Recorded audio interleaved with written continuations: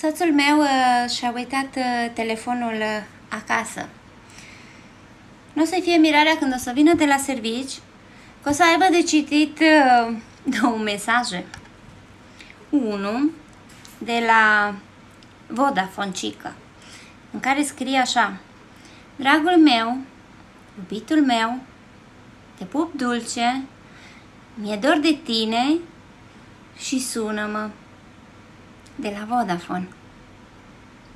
Iar unul o să-l aibă de la mine, în care i-am scris și eu: stai liniștit, nu-ți faci griji, deoarece am sunat eu înapoi la Vodafone și nu să te mai deranjeze niciodată.